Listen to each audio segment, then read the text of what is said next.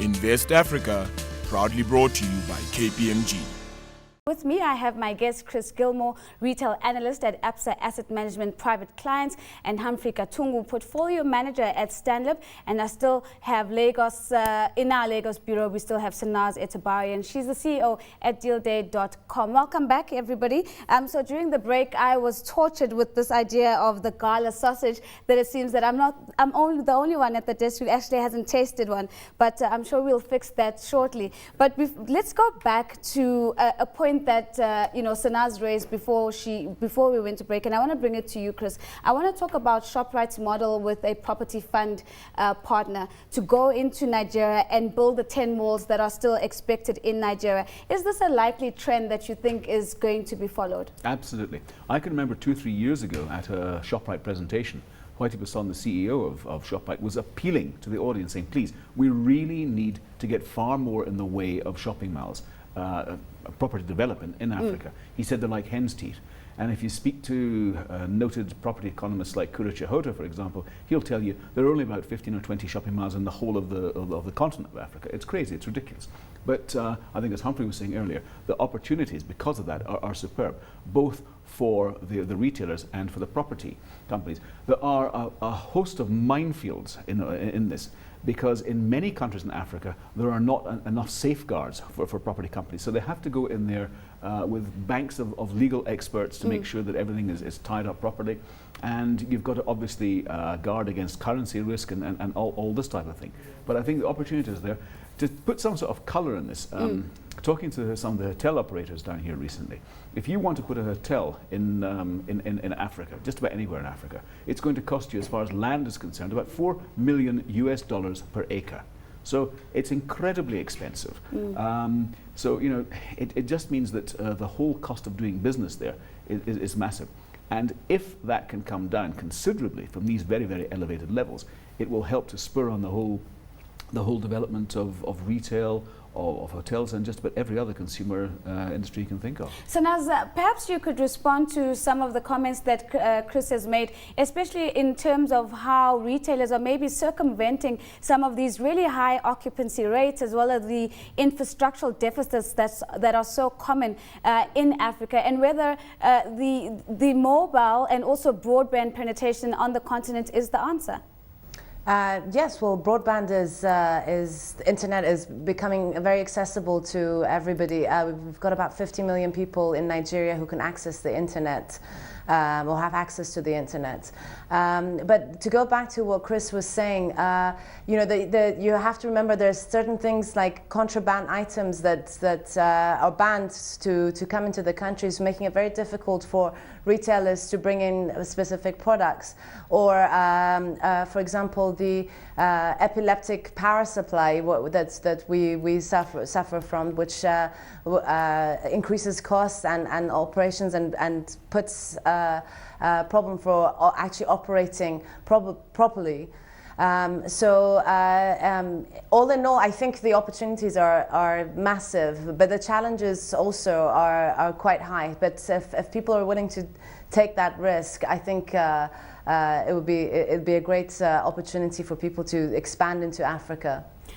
Of course, maybe one way of tempering that risk, Humphrey, as we've seen Carrefour do in their partnership with CFAO, is to get a partner with already an extensive network in Africa, so that you leverage on the back of that network for your distribution channels. Is this an effective way, and how big a problem are distribution channels in Africa? Certainly, I think they're a big problem, and I think it's certainly a very, very effective way, given, especially in some markets, they're very, very competitive already. Take Nairobi in Kenya, for instance. You already got local brands like Nakumatt, like Uchumi, like Naivas, Tuskys, that are already very well entrenched and very well recognized by the local population. So if you come and essentially start a greenfield operation, it's going to be a very, very hard slog for you to gain market share and to get your products out there. So I think acquisitions and partnerships are really the way to go. And perhaps one way of also bringing more value on the table from these global partners is to come up with maybe bring the expertise in distribution, in logistics, in warehousing, because these are things that will really, really reduce costs and then increase margins across the board. And also, I think a lot of the foreign players sometimes not welcomed in countries because of the perception that once they buy into a local player, then they will just push in all their foreign brands into that local outlet and in distribution. So I think the issue of local content is key to ensure that in as much as you have a presence in, say, in Lagos or in Nairobi, you're still using as much local products and produce as you can and pushing those through your outlets as possible. Chris, would you agree with that? And is that maybe one of the ways to get on the right side of government, especially where we see government seeking to grow and protect their local retail industries, perhaps resorting to some protectionist tendencies from foreign players? What's the best way to navigate that ground? No, look, Godfrey's absolutely 100% correct, and you have to forge these alliances. But I mean, if we take Nigeria as a classic example, until very recently, they were only too happy to put big bans in place on certain items coming to the country. Now, I was presenting to a crowd called Lodge Africa conference about a month ago out at Gallagher, and you know, we had this Dutch company that produces African products, textiles and finished goods. I've forgotten the name. It begins with a V. And they said their biggest market anywhere in the world is Nigeria, and yet they're banned in Nigeria. So they come in via Benin, via 7 or 8 different types of circuitous routes to get in there. So you've got over time to try and persuade the authorities that, you know, there's no point in trying to ban things if you're not going to be able to compete against them properly and globally competitively. Secondly, you know, the big guys, they take the logistics companies with them into the rest of Africa. And something we haven't probably touched on yet is that when you get down to a trader level or a consumer level, the absence of credit in Africa is a major impediment, as far as I can see, in terms of allowing a lot of these expansion ideas to flourish. We've got about 2 minutes left, so Sanaz, I want to move the conversation away from some of these challenges for a second and perhaps focus on the luxury goods market. From where you sit, how big is that and how big is the appetite for luxury goods in African markets? To be honest, I'm not sure how big it is. I can tell you in Lagos over the past year or two, some very big brands have come in. Porsche has opened a dealership here 2 years ago. They've got some designers who've come from Italy and the UK who've started a shop here.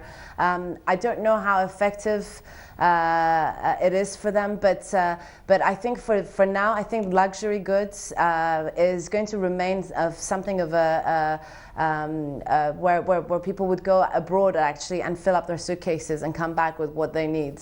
I don't think we're ready yet in Nigeria to start the luxury sector. Well, Chris is pulling a face, so I'm going to come back to you, Chris, and say, do you think Africa's not ready for luxury goods? I was quite surprised. Look, I'm not an expert in Sanaz's field, so I mean, I was quite surprised to hear that, because I would have thought the appetite, at least for luxury goods in Africa, must be absolutely massive, as it is in South Africa.